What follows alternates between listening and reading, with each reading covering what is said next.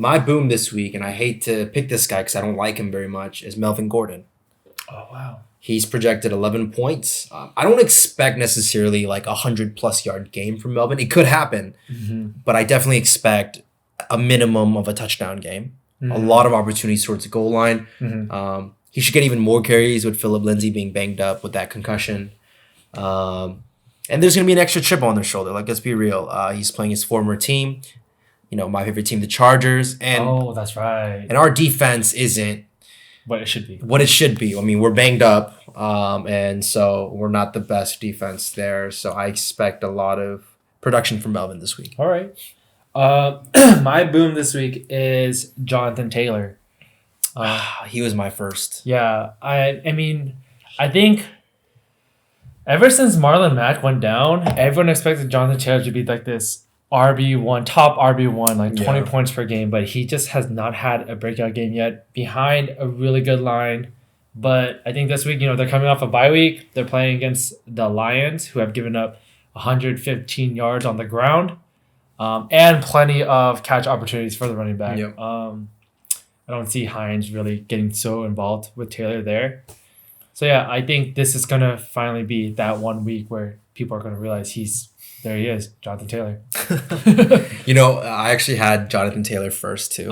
And my exact reasoning was yours. I was like, he hasn't had many good games, but this is the game. Yeah. I said the same thing in my head. I was like, For my bust, I think I had him a few weeks ago too. I just am not a big fan of him, and even more so this week is David Montgomery. Oh yeah, you hate him. Not that I hate him. I just don't think he's as good as people. He runs I read something like a refrigerator.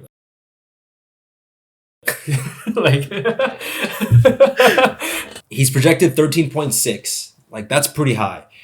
Saints defense is good when it comes to the run. They're stingy on their run D, only allowing 3.5 yards per carry. I do think the Saints are going to get some points up against the Bears, so I think they're going to be up, and I don't expect the Bears to keep.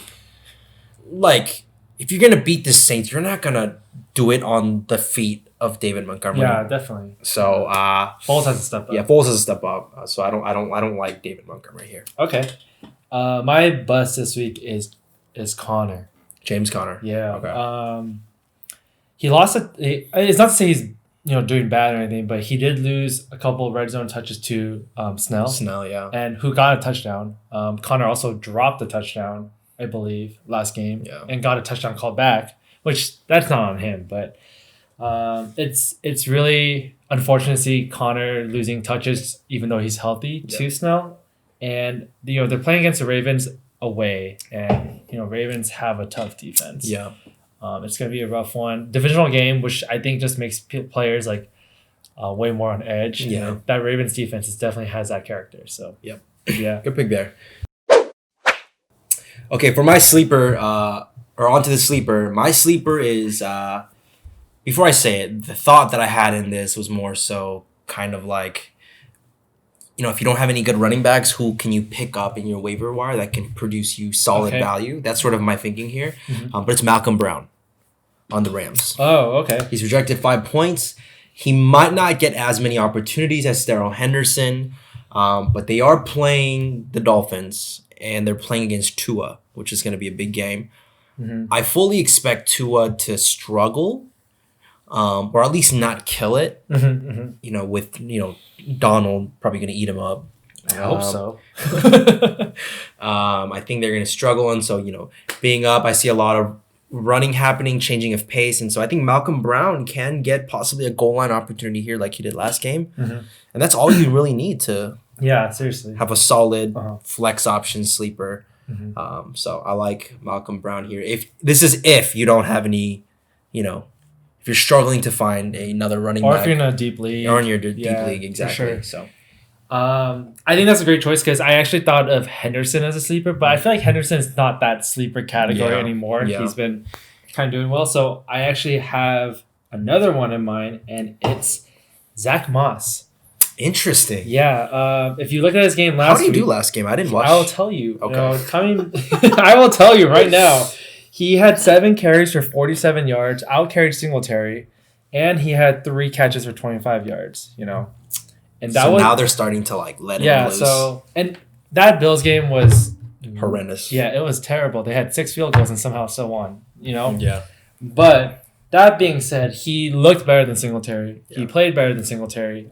Singletary has been terrible. He hasn't even rushed over 40 yards in a while, and Zach Moss did it. He's also favorited for red zone carries when they get the chance. And so Pats just gave up almost 200 yards and 4 touchdowns to basically 3 running backs on the 49ers. Yeah.